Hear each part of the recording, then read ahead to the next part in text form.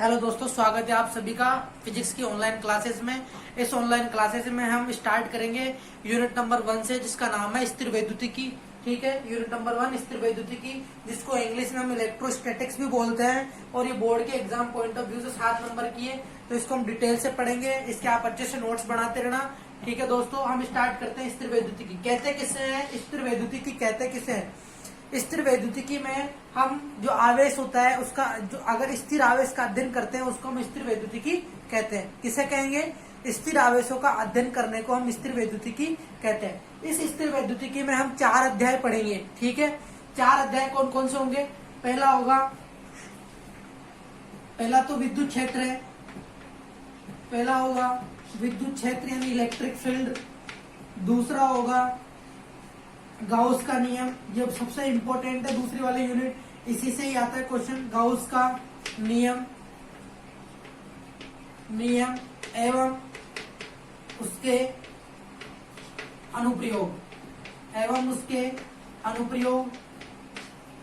Third है इसके अंदर विद्युत विभव। फोर्थ है विद्युत धारिता। ठीक है, स्टार्ट करेंगे हम विद्युत क्षेत्र से। पहला अध्याय ये। ठीक है, यहां से स्टार्ट करते हैं विद्युत क्षेत्र से। विद्युत क्षेत्र को पढ़ने से पहले हम एक आवेश के बारे में अध्ययन करेंगे कि आवेश किसे कहते हैं। इसमें हम पढ़ेंगे सबसे पहले आवेश। क्या? आवेश किसे कहते हैं? आवेश को इंग्लिश में चार्ज बोला जाता है। चार्ज। ठीक है, क्या होता है आवेश के बारे में? आवेश के बारे में जो सबसे पहले बताने वाले थे वो एक थैलस नाम के वैज्ञानिक थे। उन्होंने क्या किया, एक एम्बर और एक ऊनी कपड़ा लिया, उसको आपस में रगड़ने से उनमें एक आकर्षण का गुण दिखाई दिया, जिससे ही क्या हुआ, यानी हम कह सकते हैं कि उनमें आवेश उत्पन्न हुआ।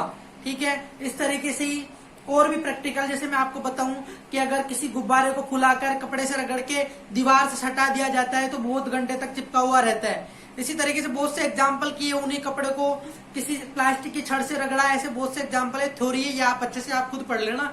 मैं आपको इसके लिए जो इम्पोर्टेंट आपके टॉपिक है वो सारे सबको डिटेल से पढ़ाऊंगा, जो बोर्ड के एग्जाम पॉइंट ऑफ व्यू से इम्पोर्टेंट है। तो सबसे पहले हम बात करते हैं आवेश की परिभाषा की। आवेश कहते किसे है? आवेश की परिभाषा लिखने जा रहा हूं और उसको समझेंगे हम आराम से। आवेश किसी वस्तु का वह आंतरिक गुण होता है, वह आंतरिक गुण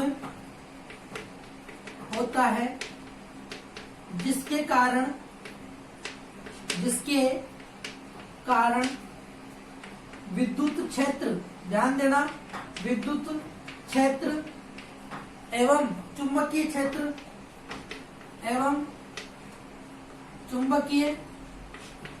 क्षेत्र उत्पन्न होता है। उसे हम क्या कहते हैं? आवेश कहते हैं। ठीक है, उसे हम क्या कहेंगे? आवेश कहेंगे। तो और आवेश, इसके बाद में एक टॉपिक है विद्युत आवेश।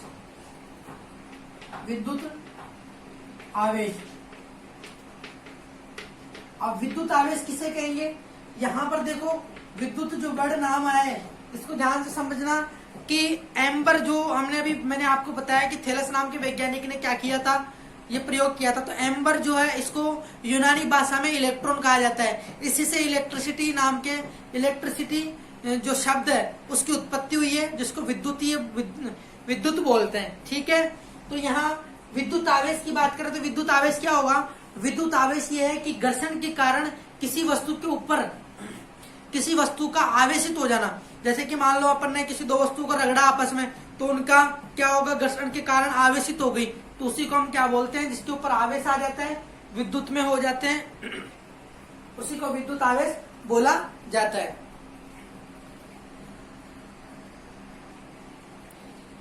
इसकी परिभाषा लिखेंगे। घर्षण के कारण क्या होना? किसी वस्तु का विद्युत में हो जाना,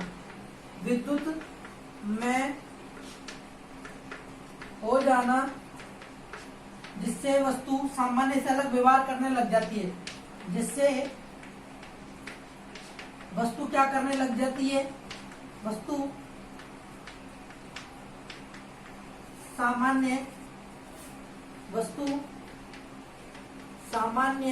से अलग व्यवहार करने लगती है, अलग व्यवहार करने लगती है। वस्तु के इस गुण को ही हम क्या कहेंगे, वस्तु के इस गुण को विद्युत आवेश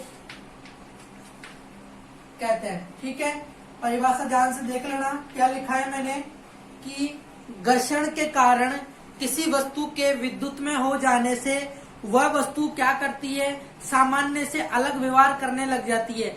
वस्तु के इस गुण को ही हम क्या कहते हैं, विद्युत आवेश कहते हैं। ठीक है, अब हम इसके बाद पढ़ेंगे आवेश के प्रकार।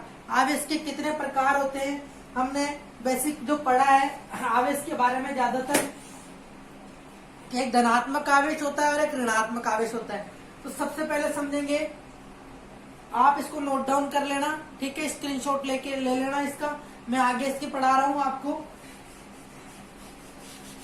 कि वस्तु धनात्मक कब होती है और ऋणात्मक कब होती है। बिल्कुल आसानी से, बिल्कुल साधारण लैंग्वेज में समझेंगे इसको कि मैं क्या बताने जा रहा हूं आपको। अगर आपको कोई प्रॉब्लम आए तो आप कमेंट बॉक्स में डाल के उसका सॉल्यूशन पूछ सकते हो।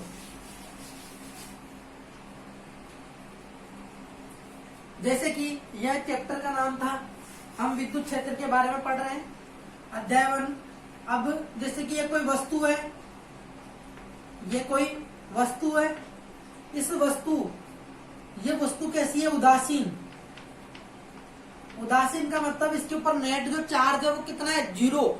अगर ये वस्तु किसी को इलेक्ट्रॉन दे देती है, क्या कर रही है, इलेक्ट्रॉन देती है, ठीक है, तो वस्तु क्या हो जाएगी, वस्तु धनात्मक हो जाएगी। अगर इलेक्ट्रॉन किसी वस्तु के द्वारा दिया जाता है तो वो वस्तु कैसी हो जाती है, धनात्मक। ठीक है, अगर वस्तु के द्वारा, इस वस्तु के द्वारा क्या किया जा रहा है, इलेक्ट्रॉन ग्रहण किया जा रहा है। क्या किया जा रहा है, इलेक्ट्रॉन ग्रहण किया जा रहा है, तो वस्तु कैसी हो जाएगी, ऋणात्मक। ठीक है, तो हम आवेश के प्रकार लिखेंगे, और आवेश के प्रकार के बारे में जो बताया था वो किसने बताया था, डूफे नामक वैज्ञानिक ने बताया था। ठीक है, ये समझ में आया होगा आपको कि अगर कोई वस्तु इलेक्ट्रॉन देती है तो वो धनात्मक, और कोई वस्तु इलेक्ट्रॉन ग्रहण करता है तो ऋणात्मक। ठीक है, यहां हम लिखेंगे कि आवेश के प्रकार, आवेश के प्रकार। ठीक है, अभी हमने बात करी कि आवेश के 2 प्रकार होते हैं।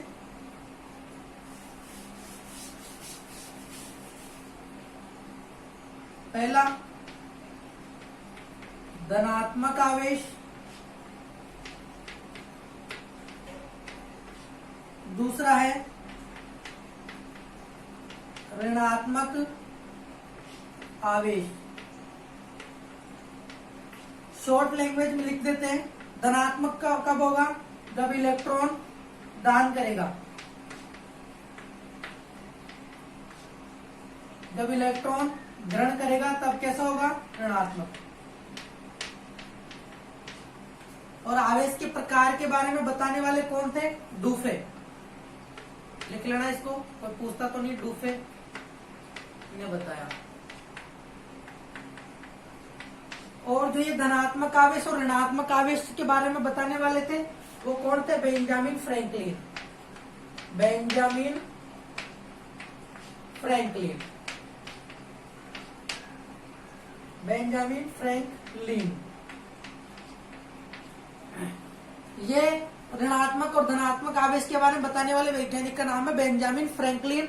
और आवेश के जो प्रकार बताए थे वो डूफे ने बताए थे। ठीक है, इस तरीके से हमने पढ़ा धनात्मक आवेश, ऋणात्मक आवेश होते हैं।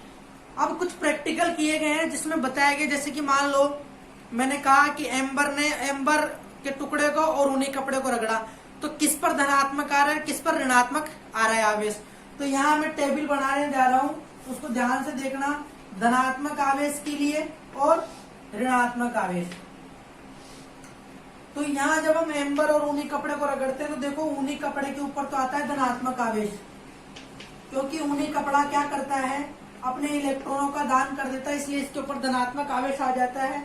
और ये जो ऋणात्मक चिन्ह आएगा किसके ऊपर, एम्बर के ऊपर।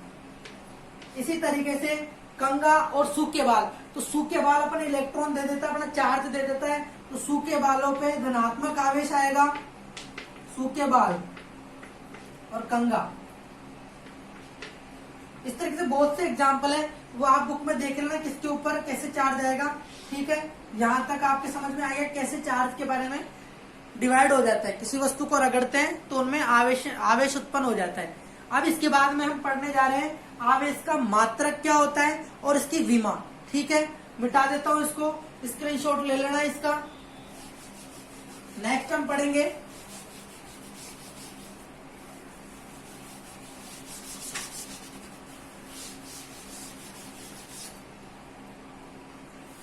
ये भी इंपॉर्टेंट है, हेडिंग हमारी आवेश का मात्रक, आवेश के मात्रक, एक मात्रक नहीं बहुत से मात्रक है इसके अलग अलग पद्धति में। आवेश के मात्रक एवं विमा, 11वीं कक्षा में पढ़ा होगा विमा के बारे में। ठीक है, तो यहां पहला पॉइंट आवेश के लिए लिखेंगे कि आवेश क्या होता है। आपने अगर एक परिभाषा पढ़ी हो विद्युत धारा किससे कहते हैं, तो विद्युत धारा क्या होती है, आवेशों के प्रवाह की दर को हम विद्युत धारा कहते हैं। उसी के आधार पर मैं आवेश की परिभाषा आवेश का सूत्र बनाने जा रहा हूं कि I इक्वल टू, जैसे कि यहाँ पर सूत्र लिखते थे विद्युत धारा को I से डिनोट करते हैं, I इक्वल टू Q बटा T। तो यहां से Q बराबर क्या हो जाएगा, I इंटू T। ठीक है, I इंटू T हो जाएगा। अब इसका मात्रक बनाएंगे तो ये जो आवेश है इसका मात्रक होता है कूलाम। आवेश का मात्रक होगा कूलाम। क्या होगा, कूलाम, कूलाम, जिसको C से व्यक्त करेंगे। ठीक है, ये Q का मात्रक हो गया। और I विद्युत धारा का मात्रक क्या होता है, एम्पियर, और समय का मात्रक क्या होता है, सेकंड। ठीक है, अगर मैं बताऊं आपको कि कूलाम जो है, एक कूलाम बराबर कितना होगा, एक कूलाम बराबर होगा 1 एम्पियर गुणा सेकंड होगा। ठीक है, ये इसका क्या बन गया, मात्रक बन गया। कूलाम इसका मात्रक है, एक कूलाम किसके बराबर होगा, 1 एम्पियर गुणा सेकंड के। ये जो मात्रक है कूलाम, ये एसआई पद्धति का मात्रक है। ठीक है, कौन सी पद्धति का, ये एसआई मात्रक है। इसको कौन सा मात्रक बोलेंगे, एसआई मात्रक।